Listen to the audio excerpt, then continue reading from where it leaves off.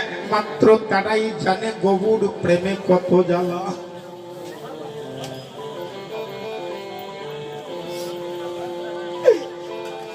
যারা গবুর গোবিন্দের চরণে দেহ মন প্রাণ অর্পণ করে নেয়, গবুর কি করে জানো? গবুর তাদের সর্বস্ব কেড়ে নিয়ে যায়।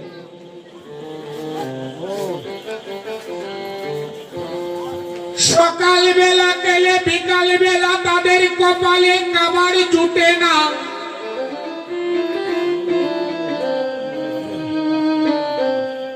নিত্য ভিক্ষা তনু রক্ষা, ভিক্ষা করে যা পায় তাও সে খেতে পারে না।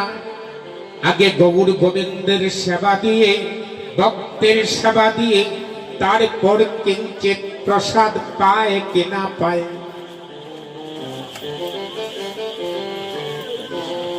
বাস্তবটা দেখবেন,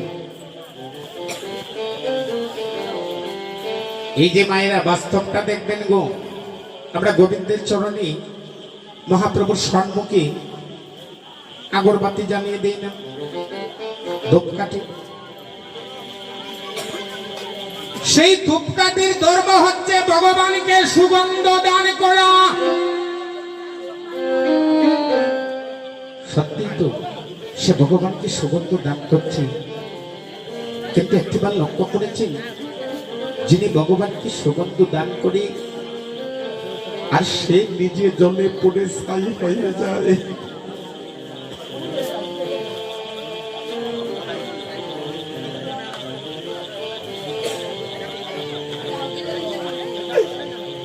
যারা গৌর গোবিন্দের চরণে আশ্রয় নিয়েছে তারা জগৎকে প্রেম দেয় বটে, কিন্তু ভগবান তাদের সব কিছু কেড়ে নিয়ে যায়। এ কুলে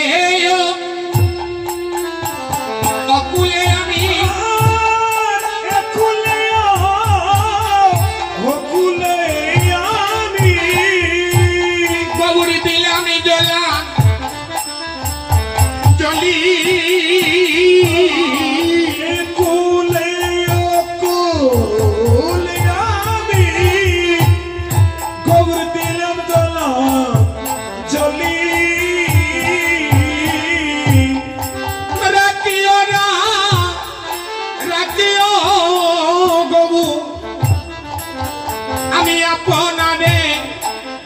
বলি ওরে রাখিও না, রাখিও কবুল, আমি আপনারে বলি। আগর রাখিও চরণে গবু, আমি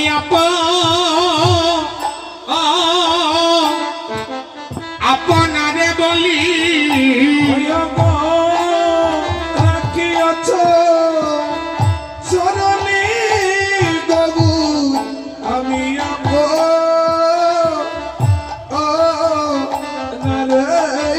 বলি।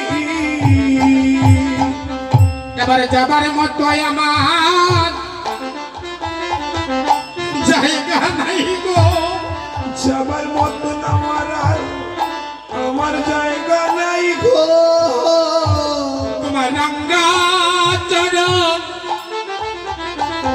ভালোবাসি বলে আমার যাবার মতো আর জায়গা নাই গো।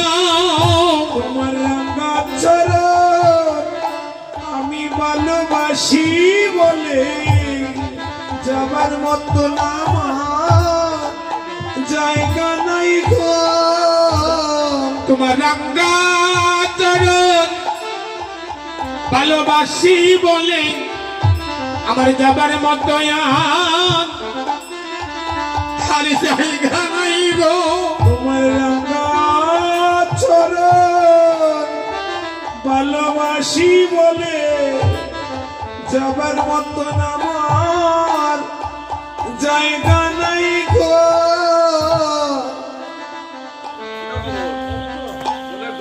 কে বলছে কথাটি? পদকর্তা বাসুবোস। আপনাদের গ্রামের সন্তান পার্শ্ববর্তী এলাকা। কেন ডুবুরি সাগরে ডুব দিয়ে রত্ন তুলে নিয়ে আসে? এই গৌর প্রেম সাগরে যত সময় পর্যন্ত ডুব না দেবে তত সময় পর্যন্ত কি রত্ন পাওয়া যাবে? একবার ডুব দেন, দিয়ে দেখুন এই প্রেম সাগরে কত রত্ন আছে। কে দিয়েছিল? যার নাম ছিল শ্রীবাস আচার্য। যে অঙ্গনে কীর্তন হচ্ছে সেই অঙ্গনটাই হচ্ছে শ্রীবাস আচার্যের।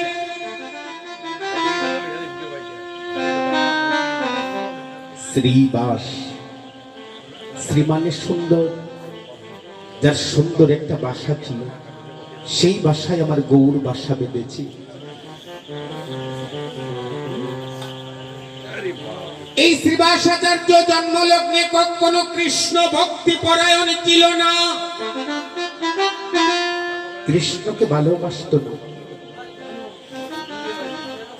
কৃষ্ণকে যারা ভালোবাসত তাদেরকে দেখা মাত্র উপহাস করতেন। কিন্তু জানেন, হঠাৎ করে স্বপ্নাদেশ রাত্রে যখন ঘুমে গেলেন, নিদ্রায় চলে গেলেন, হঠাৎ করে দেখতে পেলেন স্বপ্নাদেশ। কেউ কথা বলবেন না।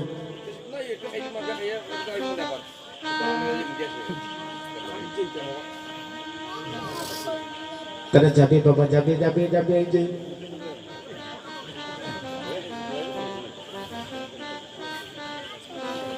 কিছু করার নেই। মহাপ্রভু যেখানে যায়, কলি মহারাজ সেখানে যায়, মাঝে মধ্যে ধাক্কা দিবি। এই শ্রীবাস আচার্য যখন রাত্র নিশীথে ঘুমিয়েছেন, হঠাৎ করে স্বপ্নাদেশ হলো শ্রীবাস। কথাগুলো শুনবে। শ্রীবাস, তোর মাত্র পরমায়ু 3 দিন। মাগো, এই জগতে মানুষ সবচেয়ে বেশি ভয় পায় মৃত্যুকে। আপনি যখন শুনতে পারবেন আপনার ডাক্তার ডেট দিয়েছে আর মাত্র 1 সপ্তাহ বাঁচবেন, ভিতরে এত আতঙ্ক সৃষ্টি হয় যা বলে বোঝানো যাবে না। শ্রীবাস আচার্য যখন ঘুমন্ত অবস্থায় জানতে পারলেন তার পরমায়ু মাত্র 3 দিন,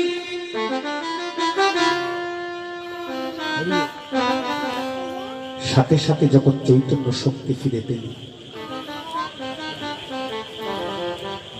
আমার মাত্র আয়ু 3 দিন, জীবনে কত কর্ম করেছি, যদি ভালো কর্ম করতে পারতাম এই দুঃস্বপ্ন আমি দেখতে পারতাম না।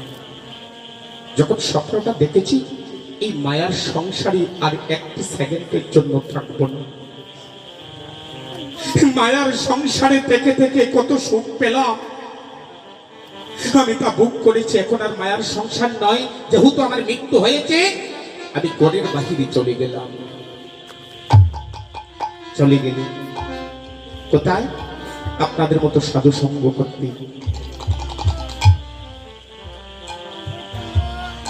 এই সাধু সঙ্গ করার ফলে, ভাগবত সাধনের ফলে 3 দিন চলে গেল, শ্রীবাস আচার্যের মৃত্যু হলো। এই জগৎকে জানিয়ে দিলেন, দেখো জগৎবাসী, যে সঙ্গ করার ফলে, যে অধরামৃত আস্বাদনের ফলে আমি প্রাণ ফিরে পেয়েছি, এই প্রাণটার সংসারের জন্য নয়, এই দেহটার সংসারের জন্য নয়, যার জন্য পেয়েছি তার চরণে আমি উৎসর্গ করে দিলাম।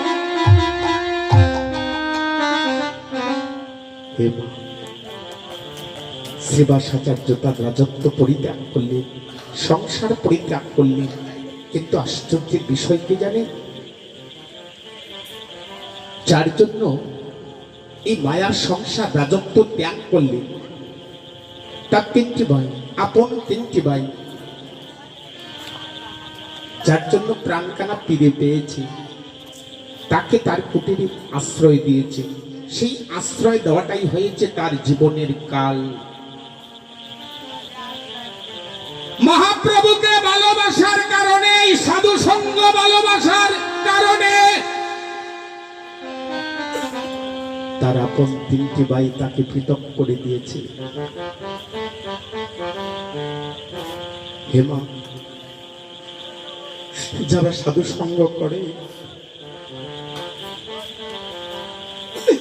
যারা বৈষ্ণব সঙ্গ করে, যারা অন্তর থেকে ভগবানকে ভালোবাসে, এই বাস্তব জগতের কোনো মানুষ তাদেরকে ভালোবাসে না।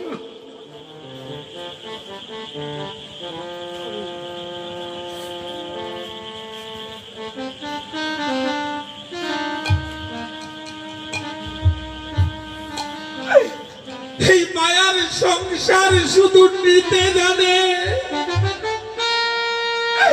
দিতে জানে না।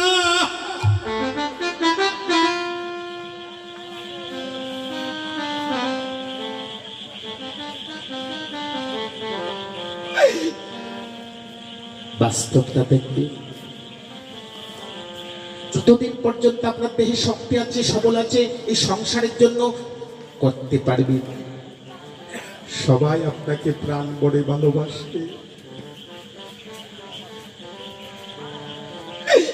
যেদিন বয়স হয়ে যাবে, এই দেহে ব্যাধি আসবে, দেহটা বারাক্রান্ত হয়ে যাবে, যেদিন সংসারে দেওয়া বন্ধ করে দেবে, যেদিন আর সংসারকে কিছু দিতে পারবেন না, ধীরে ধীরে এই মায়ার সংসার আপনাকে ভুলে যাবে।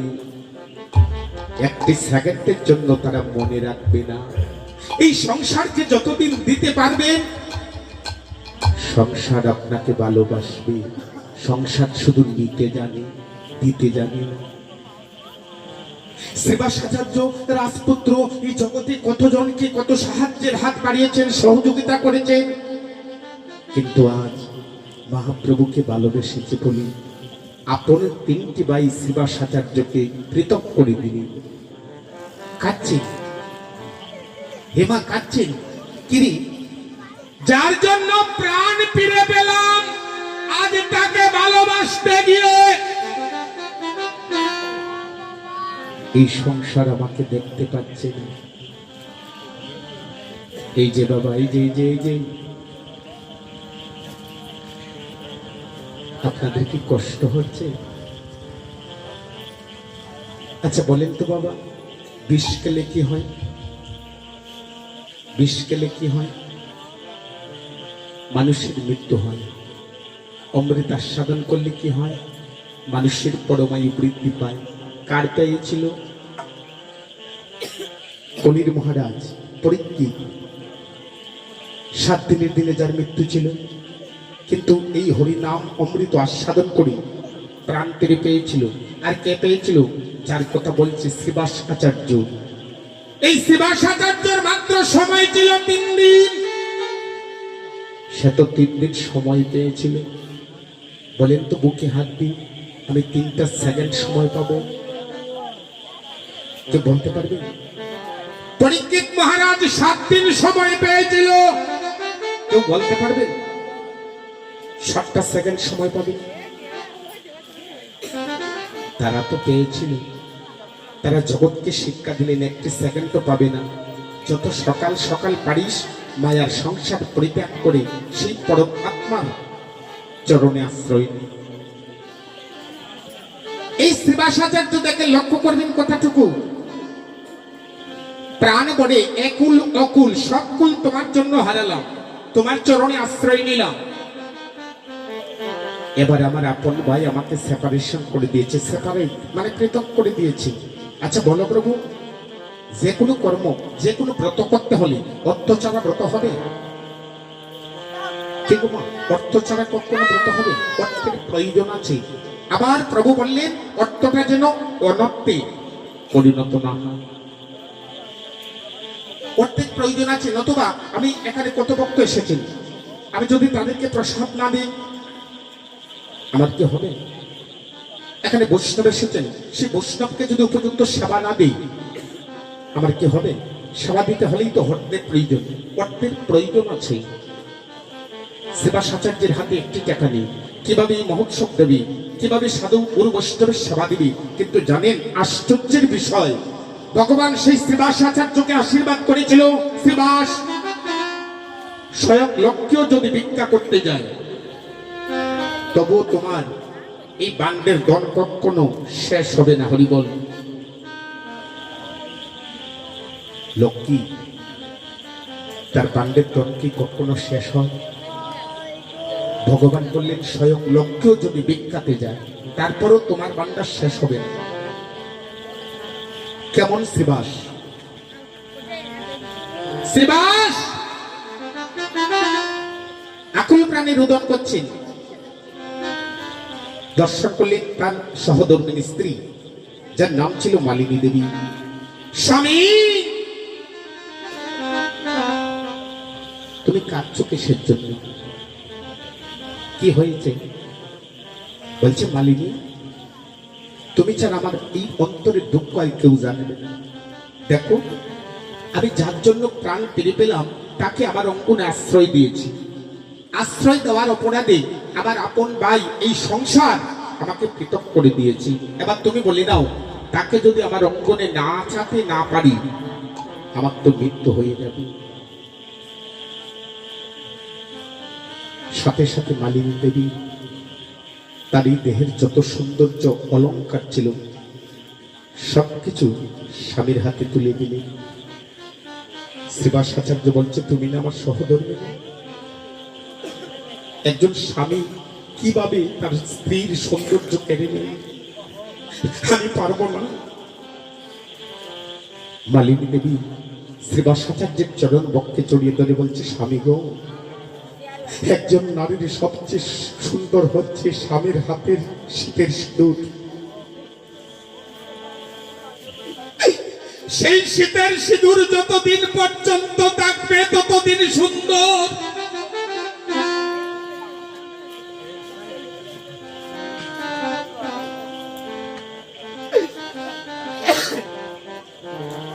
এই সিঁদুরের সাথে আর কিছু তুলনা হয় না।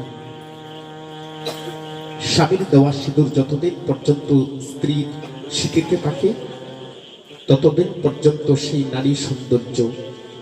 এই বাস্তব জগতের কোটি কোটি টাকা, লক্ষ লক্ষ টাকা খরচ করে যে অলঙ্কারে আমরা সজ্জিত হই সেটা সৌন্দর্য নয়। কিন্তু আশ্চর্যের বিষয় কি, মাঝে মধ্যে ভাবতে অবাক লাগে, আজকালকের কীর্তনে যেমন অভিসারে অনেক জায়গায় দেখেছি কীর্তনে একজন অষ্টসখী সাজায়, অষ্টসখী বেষ্টিত রাধারানীকে নিয়ে বৃন্দাবনে কুঞ্জে প্রবেশ করে।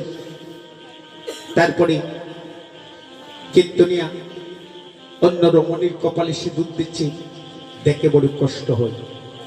এই সিঁদুরটার মূল্য এতই নিচু, এতই কম। এই সিঁদুরের কারণে আমাদের মায়েরা স্বামী যত বড় অসুখ থাকুক তাকে ছাড়তে পারে না। এই সিঁদুরের কারণে মায়েরা কত কষ্ট, সারাটা জীবন কষ্ট করে। এত মূল্য আর পর পুরুষ নারীর কপালে সিঁদুর দিচ্ছে। আহারি, এর বিচার একদিন হবে। মহাপ্রভু যে কারণে লীলা কীর্তনকে নিষিদ্ধ করেছেন, এই কলিতে লীলা নয়। হরির নামাইব, হরির নামাইব, হরির নামাইব কেবল কল্ল নাস্তব্য, নাস্তব্য নাস্তব্য গতির অন্যতা নিষিদ্ধ করেছে। কিন্তু আবার বলে হচ্ছে, বহিরঙ্গা ভক্ত নিয়া করে নত্য নারী কীর্তন, নত্য নারী কীর্তন, অন্তরঙ্গ ভক্ত নিয়ে লীলা রস করে আস্বাদন, হরি করে আস্বাদন,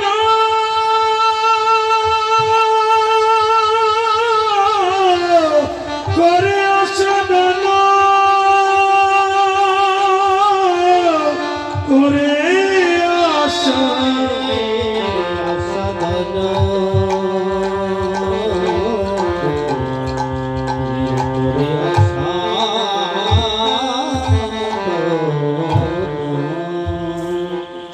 মহাপ্রভুর অন্তরঙ্গ পার্শ্বদ না হওয়া পর্যন্ত এই লীলারস আস্বাদন করার কোনো অধিকারী নেই। কিন্তু আমরা কি গৌর অনুসারী হতে পেরেছি? আসরেতে এসে কত কলহ, যা মাঝে মধ্যে বিরক্ত বোধ হয়ে যায়, সহ্য করে দেয়। যত সময় পর্যন্ত মহাপ্রভুর একনিষ্ঠ ভক্ত না হতে পারবেন, তত সময় পর্যন্ত এই লীলা কীর্তন আস্বাদন করার কোনো অধিকারই নেই। যে কারণে রাত্র 12টার পরে শ্রীবাসের কুটিরে মহাপ্রভু এই লীলারস আস্বাদন করেছিলেন। শ্রীবাসের শাশুড়ি এই কৃষ্ণ কথা আস্বাদন করতে গিয়েছিলেন, কিন্তু জানেন মহাপ্রভু সেদিন শ্রীবাসকে বলেছিল, শ্রীবাস, প্রতিদিন কৃষ্ণ কথা রসময় কথা আস্বাদন করে যে আনন্দ হয়, আজ সেই আনন্দ থেকে আমি বঞ্চিত হচ্ছি। বলো শ্রীবাস, আমি কি কোনো বৈষ্ণব অপরাধ করেছি? বুঝতে পেরেছেন কথা কি? অন্তর্যামী তারপর শ্রীবাসকে বলছে, শ্রীবাস, আজকে কৃষ্ণ কথায় আনন্দ হচ্ছে না, আমি কি কোনো বৈষ্ণব অপরাধ করেছি? শ্রীবাস আচার্য বলছে, প্রভু, বৈষ্ণব অপরাধ আপনার নয়, হয়তো আমি কোনো অপরাধ করেছি। শ্রীবাস, আমার কেন জানি মনে হচ্ছে তোমার কুটিরে কি আছে, ভালো করে দেখো। অনেক পূজানি কিন্তু কিছু পেলেনি। শেষ পর্যন্ত আমরা ময়লা পালাই না, যাকে বলা হয় জুড়ি, এত বড়, তার মধ্যে শ্রীবাসের শাশুড়ি লুকিয়ে আছে, লুকিয়ে কৃষ্ণ কথা শুনবেন।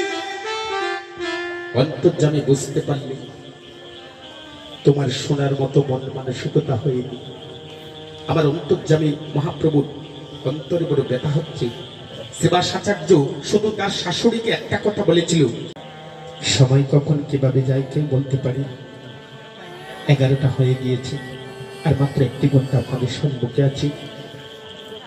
আমার আসলে খুব কষ্ট হচ্ছে, জানি না প্রভু কোন দিকে আমাকে নিয়ে যাবে। আসুন সবাই মিলে একটু মনে মনের আনন্দে আমরা গৌর গুণগান কীর্তন করে নিই। আয় ভাই দেখে যা সোনার নদী, আরে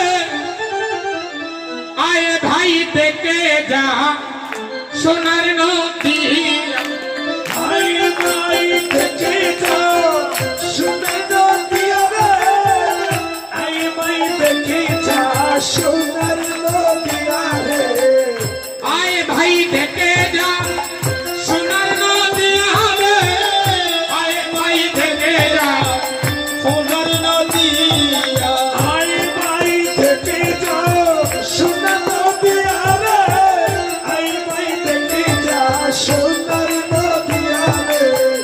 অসুচির মান হবে সুচি, শ্রীবাসের আগে নাই যাইয়া, ও সুচির মানে হবে সুচি, শ্রীবাসের আগে নাই যাইয়া, অসুচির মান হবে সুচি, শ্রীবাসের আগে নাই যাইয়া, অসুচির মান হবে সুচি, শ্রীবাসের আগে নাই যাইয়া, অসুচির মান হবে সুচি, শ্রীবাসের আগে নাই যাইয়া।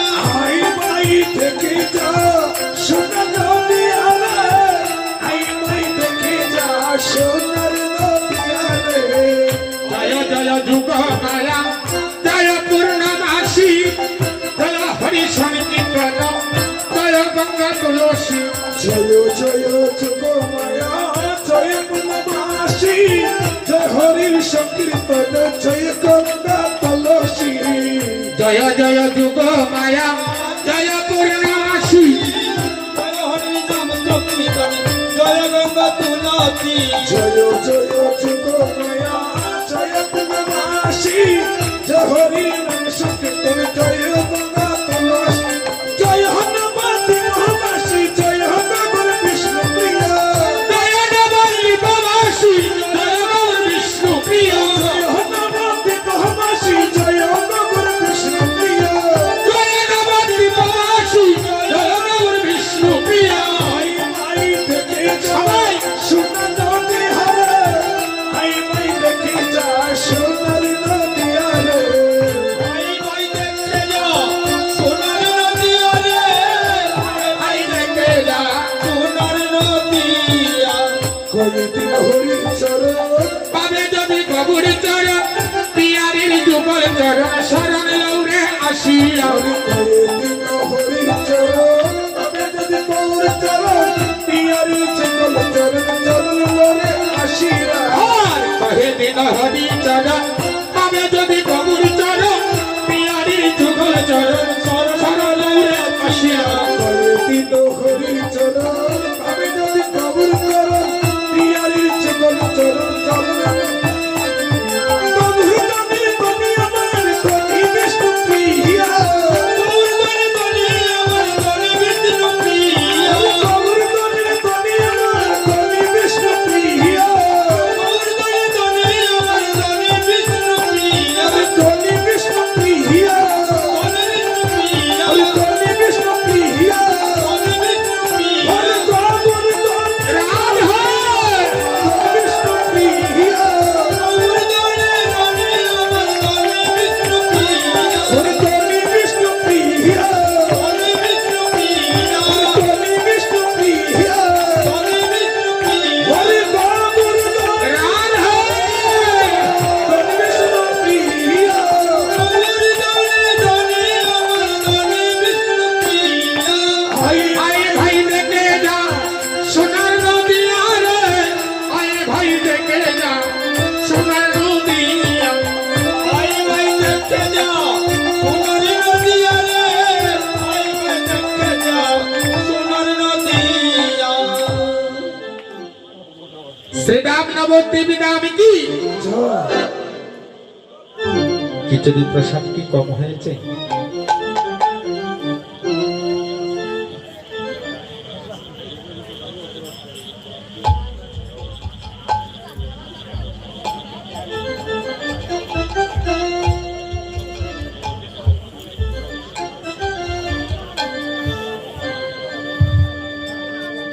সবাইকে একটু শব্দে ধ্বনি করতে পারবে সবাই করা যাবে সবাই রেডি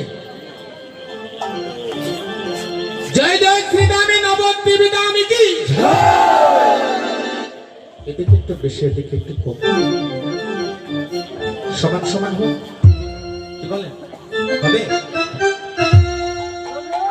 আচ্ছা বলেন তো জয় দিলে কয় হয় না জয়ী হয় জয় দিলে যদি জয়ী হয় তাহলে দিচ্ছেন না কেন মুখের কপট ছাতুরি ছেড়ে দিয়ে একটিবার জয়ধ্বনি করে দেখবেন আপনি জয়ী হয়ে যাবেন আর যদি জয়ধ্বনি না করে আপনি কয় হবেন এটাও নিশ্চিত সবাই দিবেন রাধে জয় জয় নবদ্বীপী দামি কি জয় জয় গৌর হরি কি গৌরাঙ্গ মহাপ্রভু কি জয় জয় রাধেশ্যাম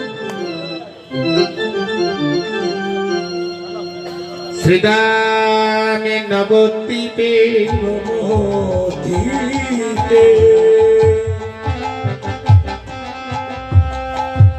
শ্রীরামে নবদ্বীপে নমোদিতে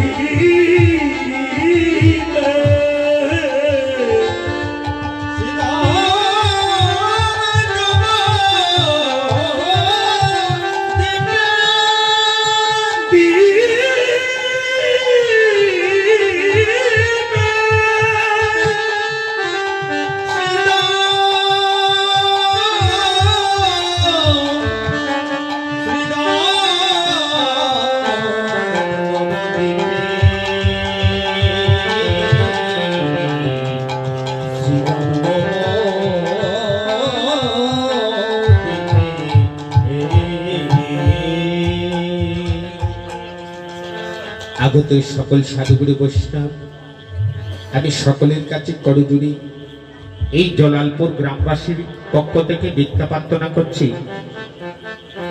অনেক যুবক বন্ধুগণ প্যান্ডেলের বাহিরে দাঁড়িয়ে আছেন, আমি বুঝতে পারছি। কি করবেন, আমরা গরিব মানুষ, বসার মতো জায়গা দিতে পারি।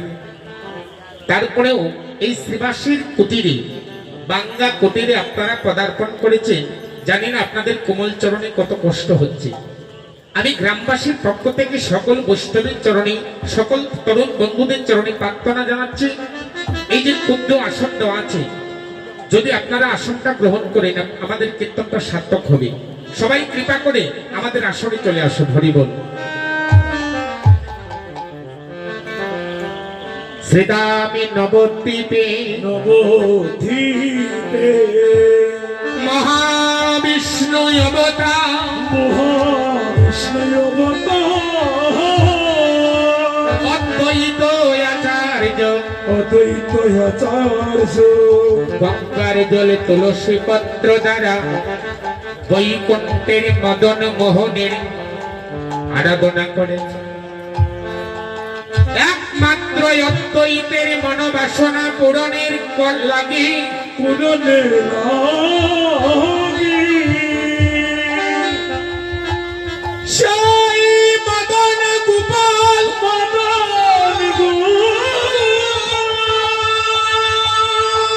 দুই অঙ্গে এক অঙ্গ হয়ে অঙ্গ হয়ে কলির কোন এক সন্ধ্যায় সন্ধ্যায় শ্রীরামের নবদ্বীপে নবদ্বীপে অবতীর্ণ হলেন। দান্না দান্না কলির যুগ দান্না,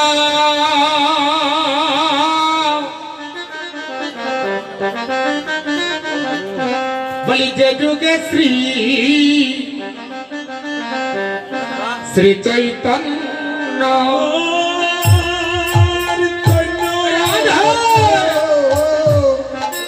কলি যত দৈন্য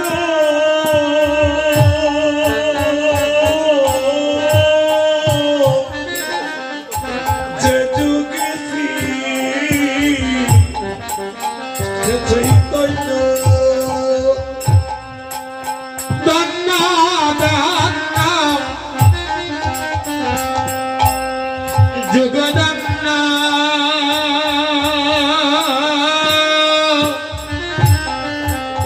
বলি যে যুগে শ্রী শ্রী চৈতন্য,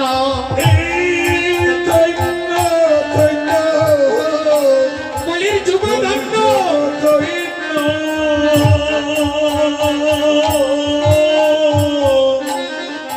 যে যুগে শ্রী চৈতন্য অবয়ুদয় হলা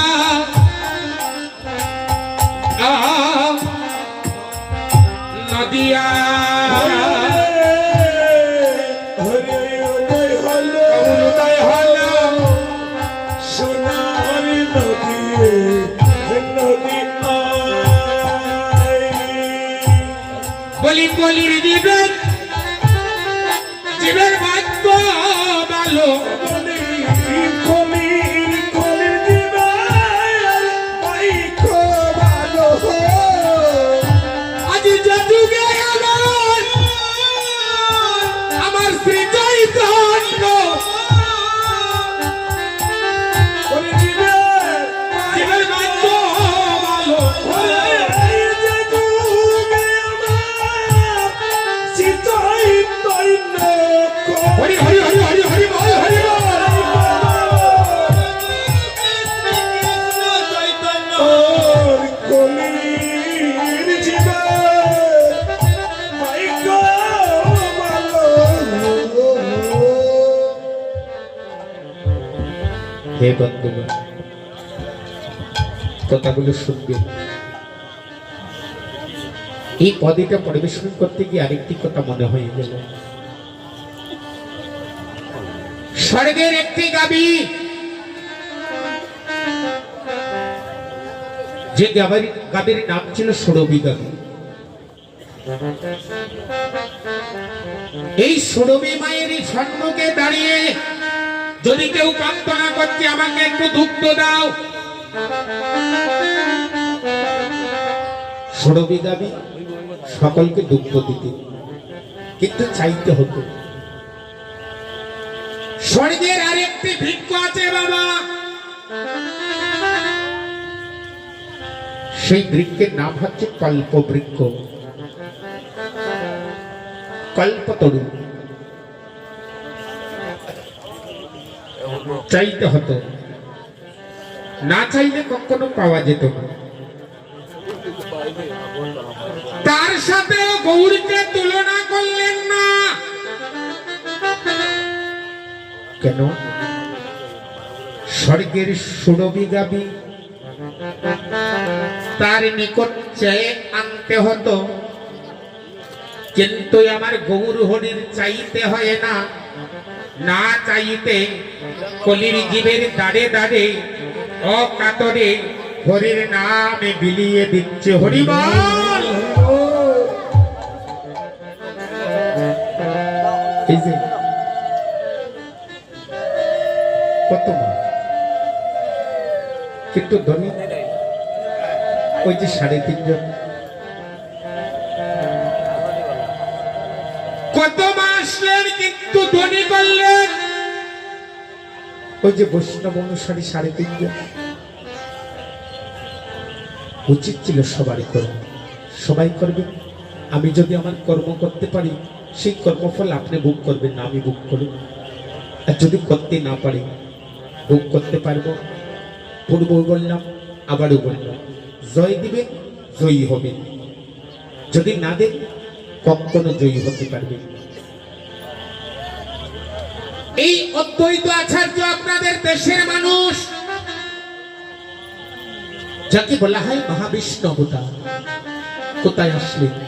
আপনাদের সিলেটের সুনামগঞ্জ জেলা, যার বাড়ি ছিল বর্তমান তাহিরপুর থানার অন্তর্গত জাদুকাটা নদীর তীরে। গ্রামের নাম ছিল নবগ্রাম। লাউড় পরগনায় যাকে বলা হয় পনতীর্থ, পন করে সপ্ততীর্থকে সেখানে এনেছিলেন। কেন? তার মায়ের মনোবাসনা পূরণ করতে। হরিবল। যে তীর্থে আজ পৃথিবীর লক্ষ লক্ষ মানুষ প্রতি বছর স্নান করতে যায়। পৃথিবীর যত তীর্থ আছে সকল তীর্থের শ্রেষ্ঠ তীর্থ, যার নাম হলো পনতীর্থ। হরিবল।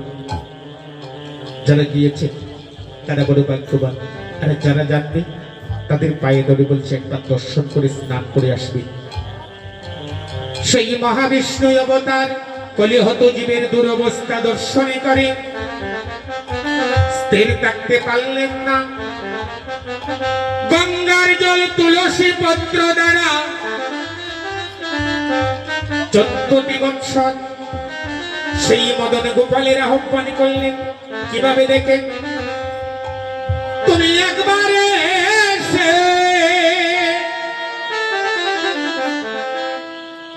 দেখে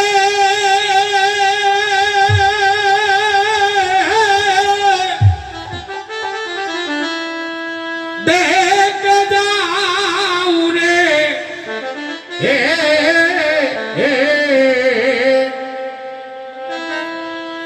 আমার গৌর হরি।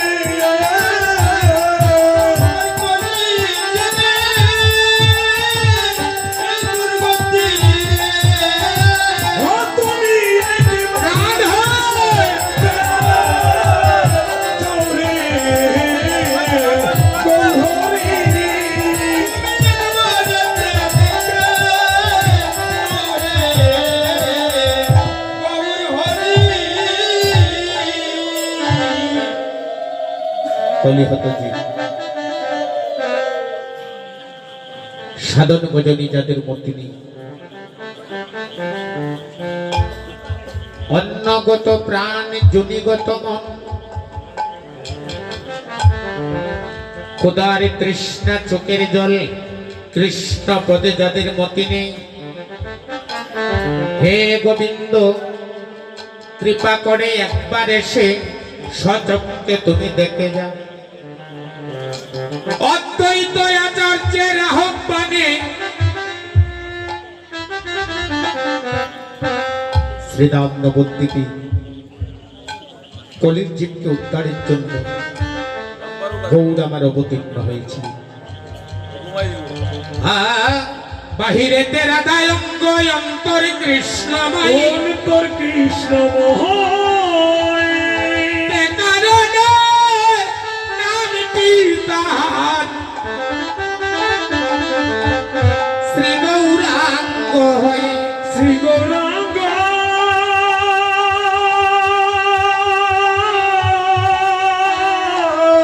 শ্রী গৌরাঙ্গ হয়ে।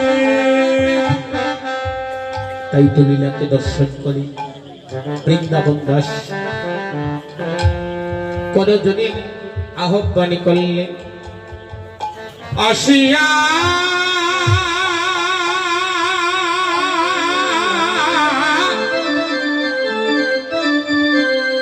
অদ্বৈত রায় হরি সম্মুখে দেখিতে দেখিতে মাই মাই রে আসিয়া অদ্বৈত অদ্বৈত হরি সম্মুখে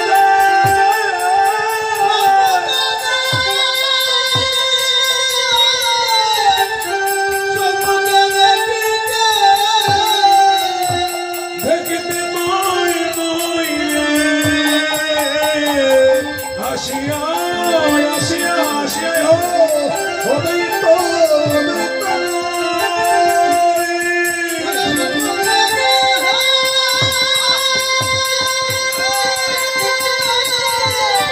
দেখিতে দেখিতে দেখিতে মাই মাই রে আসিয়া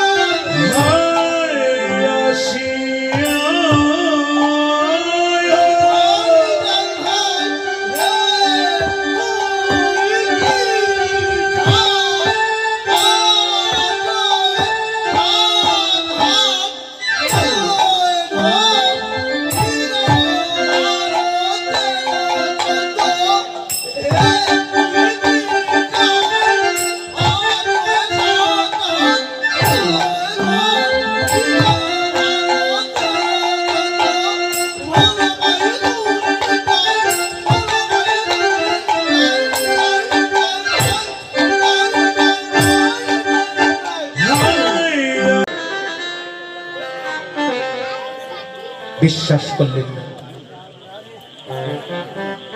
বাচ্চাটা তো আমাদের। এই যে কোকা, এই যে এই যে এই যে বাবা, এই যে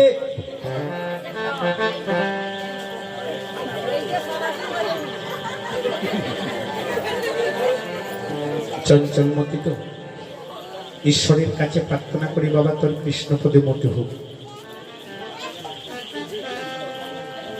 সৃষ্টিকর্তা ব্রহ্মা চলে গেলেন বৃন্দাবনে গোকুলে, গিয়ে দেখতে পাই কি জানেন, এই যে তার বয়সে কৃষ্ণ গরু চড়াচ্ছে, রাখালগণের কাঁধে চড়ছে। না, আমি মানি না, এ গোলকপতি ভগবান কখনো হতে পারে না। পরীক্ষা করবে কি করলে?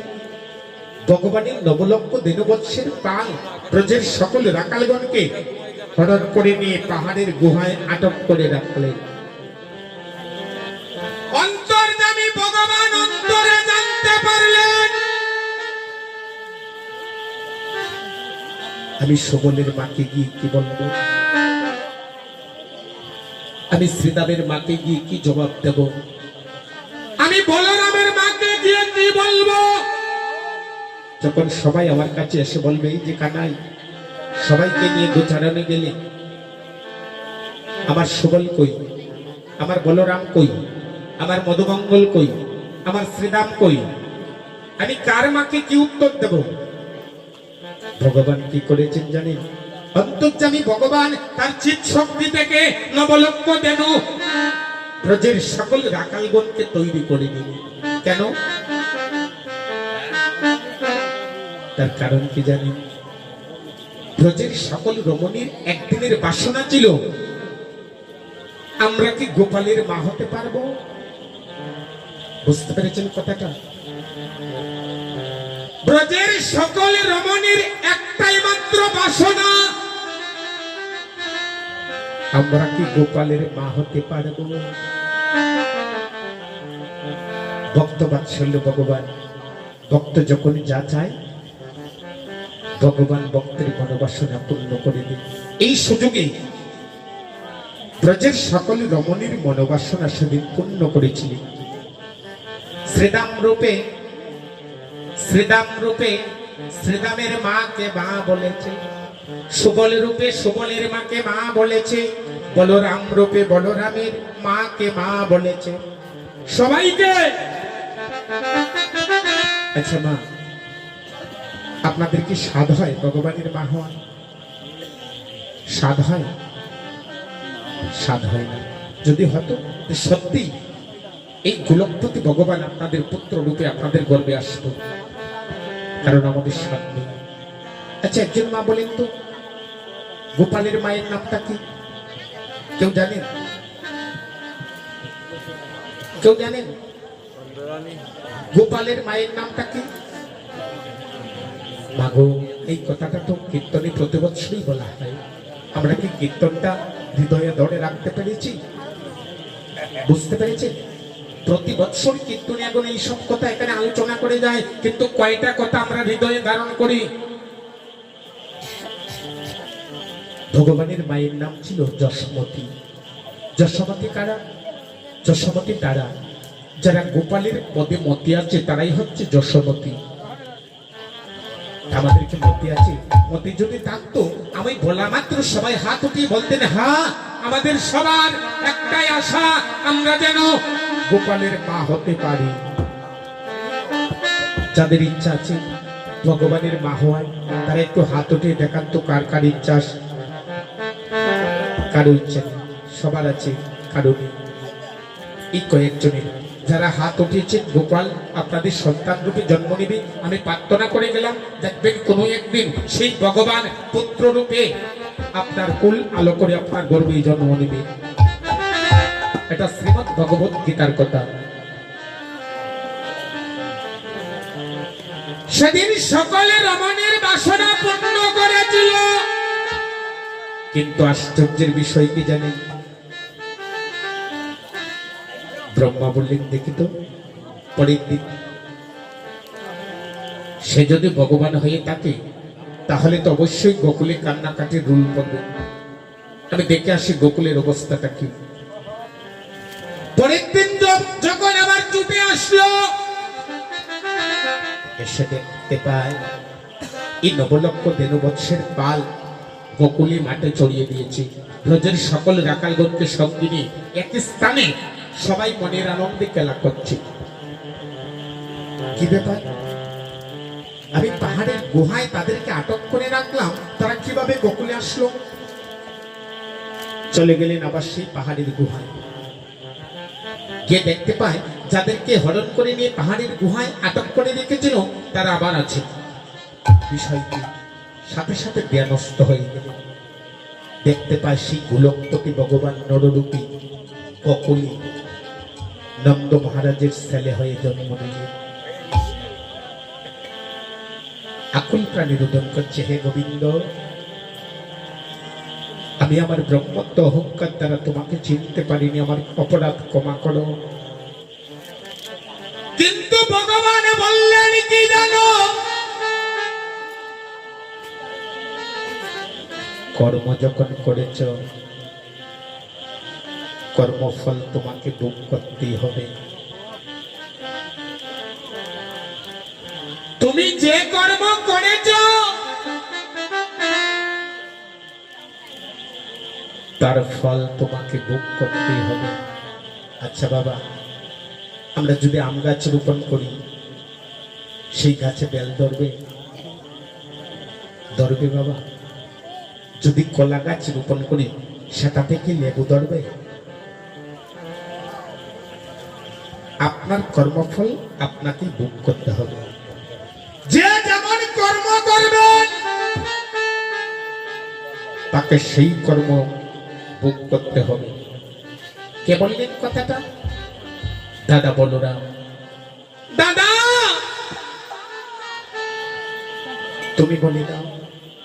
এবার বলরাম বললেন, ব্রহ্মা, তুমি যে কর্ম করেছো বৃন্দাবনে তোমার জন্ম হবে। তোমার জন্ম হবে মত্তগ্রামে, তুমি যাও নবদ্বীপে, সেখানে তোমার জন্ম হবে, কিন্তু জন্মটা হবে তোমার যবনে। সাথে সাথে ব্রহ্মা আমার গোবিন্দের চরণ দোকানে জড়িয়ে ধরলেন, বললেন, গোবিন্দ, আমি না জেনে না বুঝে যে অপরাধ করেছি তোমার চরণে ক্ষমা চাচ্ছি, আমাকে মার্জন করে দাও। বললেন, না, তুমি যবনে জন্ম নিতেই হবে। প্রভু, যে কোনই জন্ম হোক, আমি যেন তোমার চরণে মতিটুকু থাকে। মহাপ্রভু সেদিন ভগবান কৃষ্ণ, সেদিন গোকুলে কৃষ্ণ সৃষ্টিকর্তা ব্রহ্মাকে বলেছিল, ব্রহ্মা, জন্ম হোক যথাযথা, কর্ম হোক ভালো। জন্ম তোমার যে কোনই হোক, যদি তোমার কর্ম ভালো থাকে, আমি কথা দিলাম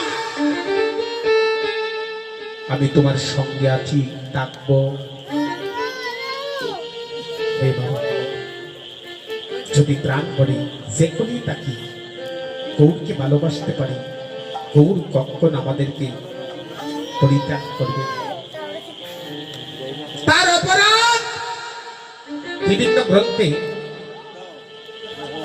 বিভিন্ন সিদ্ধান্ত দিয়েছে। অনেক গ্রন্থ বলছে না, এই ব্রহ্মা ব্রাহ্মণ কুলে জন্ম নিয়েছেন। কেউ বলছে না, যবন কুলে জন্ম নিয়েছে। আবার কেউ বলছে না, ব্রাহ্মণ কুলে জন্ম নিয়েছেন, পালিত হয়েছে যবন কুলে। কিন্তু ভাগবত কি বলছে? ভাগবত বলছে তার জন্ম হয়েছে যবনে। আমরা সেই দিকে যাব। যবন কুলে জন্ম হলো বাংলাদেশের খুলনা জেলায়, গ্রামের নামটা ছিল বুরহানপুর। যার শিশু নাম ছিল হারেশ, যার পিতার নাম ছিল হবিউল্লাহ। সেই যবনে জন্ম নিয়ে হরিকে আপন করে নিলেন। কিন্তু কে জানত, যে করে আমার আশ, আমি করি তার সর্বনাশ। তারপরেও যদি না চারে পাশ, আমি করি তার বংশনাশ। মাগো, তারপরেও যদি গোবিন্দের আশা না চানো, আপনার বংশী বিটাতে বাতি প্রদীপ জ্বালানোর জন্য একটি লোক রাখবেন না, সবাইকে নিয়ে যাবেন, সবাইকে কেড়ে নিলেন। এই নামাচার্য হরিদাস আমাদেরকে কত শিক্ষা দিলেন বাবা, কত শিক্ষা দিলেন। ভগবানকে এমন ভাবে ভালোবাসলেন, পান্ডুয়ার বাঁশবাজারে তাকে বেদে বেত্রাঘাত করা হয়েছে। এমন ভাবে বেত্রাঘাত করা হলো,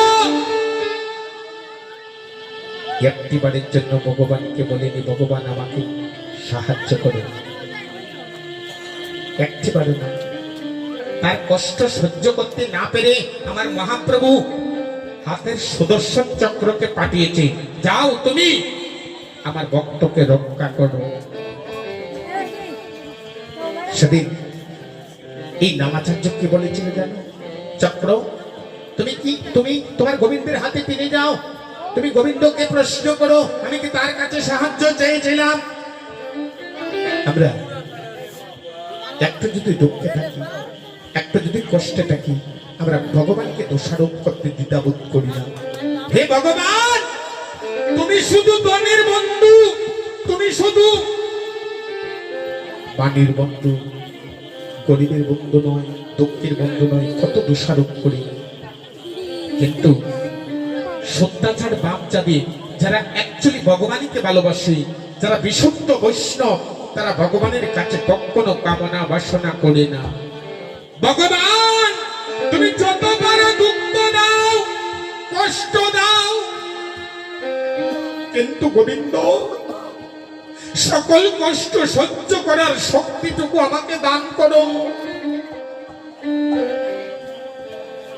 এই পান্ডুয়ার বাজারে তাকে যখন বেদে বেত্রাঘাত করা হয়, দেহ চিনি খন্ড খন্ড হয়ে যাচ্ছে, দেহ থেকে সকল লুবি পড়ে যাচ্ছে, তারপরও বলেনি হে গোবিন্দ রক্ষা করো।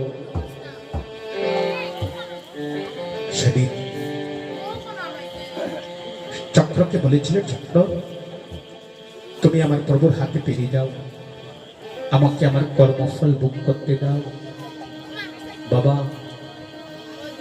ভগবানের কাছে প্রার্থনা করলে ভগবান অচিরেই দুঃখ দূর করে দেয়।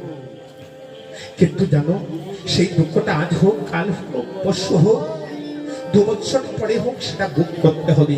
এ জন্ম না হয় পরজন্ম হলেও ভোগ করতেই হবে। কিন্তু আমরা ভগবানের কাছে প্রার্থনা করি, ভগবান আমাকে সুখ দাও, আমাকে আর দুঃখ দিও না, আমি সহ্য করতে পারছি না। সত্য ভক্ত যারা, তারা কখনো ভগবানের কাছে এমন প্রার্থনা করি না। কণ্ড কণ্ড হই যদি মোর দেহ মন প্রাণ, মোর দেহ মন প্রাণ, তবু না চাহিব মুখে মধুর কৃষ্ণ না। হরি তবু না জানিব জানিব মুখে,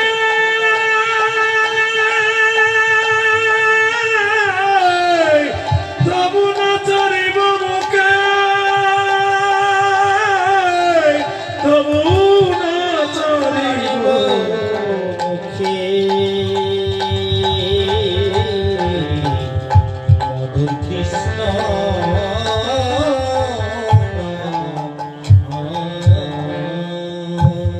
এই কথাটা বলা মাত্র মহাপ্রভু নিজে স্বয়ং হরিদাসের দেহের ভিতরে প্রবেশ করলেন। প্রতিটা ব্যত্রাঘাত মহাপ্রভুর পৃষ্ঠাদেশে নিজেই গ্রহণ করলেন। নামাচার্য হরিদাস কণিকের জন্য আর বুঝতে পারেনি যে তার শরীরে ব্যত্রাঘাত হচ্ছে। যেদিন হরিদাসের কুটিরে মহাপ্রভু এসেছিলেন, সেদিন মহাপ্রভু পৃষ্ঠাদেশ হরিদাসকে দেখেছিলেন, হরিদাস তোকে বাঁচাতে গিয়ে আমাকে কত ব্যত্রাঘাত সহ্য করতে হয়েছে।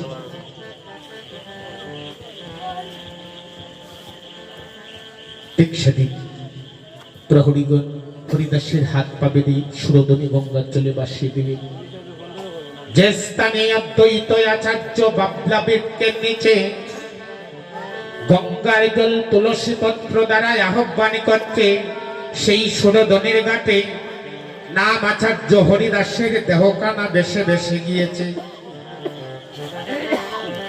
হরিদাস যখন উচ্চ স্বরে হরিব হরি হরি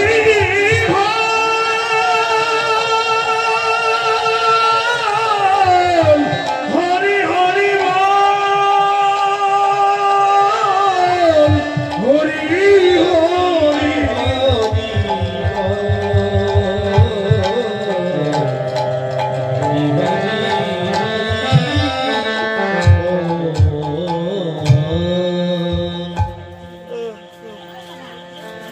ধ্বনিটা শুনলেন অদ্বৈত প্রভু।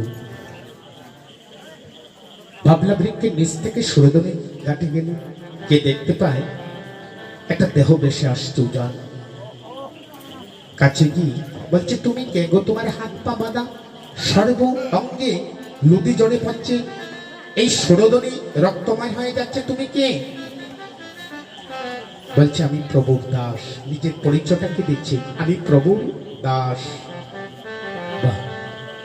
তোমার গায়ে এসব দাগ কিসে? তুমি জানো না প্রভু আমার গায়ে কিসের দাগ? আমি অলংকার পড়েছি, অলংকার পরেছি, অলংকার পড়েছি, অলংকার পরেছি, কৃষ্ণ নামে অলংকার পড়েছি, কৃষ্ণ নামে অলংকার পরেছি, আমি হরি নামে অলংকার পড়েছি। হরির নামে অলংকার পরেছি।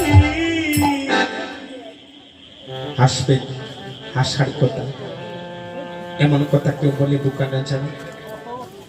দেহ পেটে লুদি জড়ে লাগছে, বলছি কৃষ্ণ নামের অলংকার পড়েছি। বুঝতে পারছেন? কৃষ্ণকে যারা সঠিক রূপে ভালোবাসে তারা দুঃখকে আপন করে কাছে টেনে নেয়, আর যারা কৃষ্ণকে ভালোবাসে না তারা সুখকে আপন করে কাছে টেনে নেয়। যারাই সুখ চায় তারা কখনো কৃষ্ণ সুখে সুখী হতে পারে না, আর যারা দুঃখ চায় তারাই সদা সর্বদা কৃষ্ণ সুখে সুখী হয়ে যায়।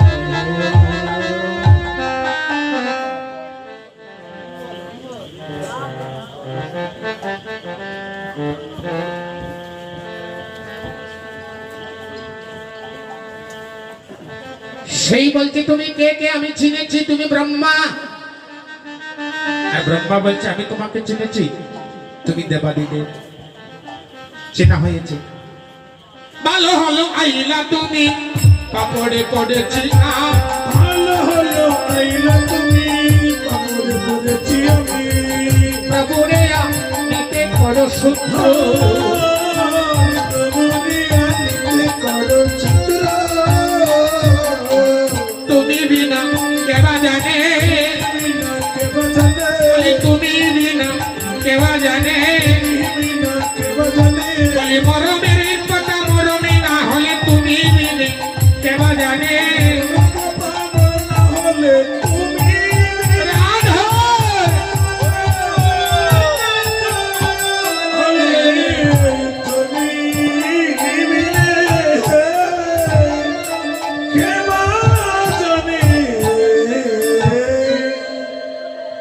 এই হরিদাসী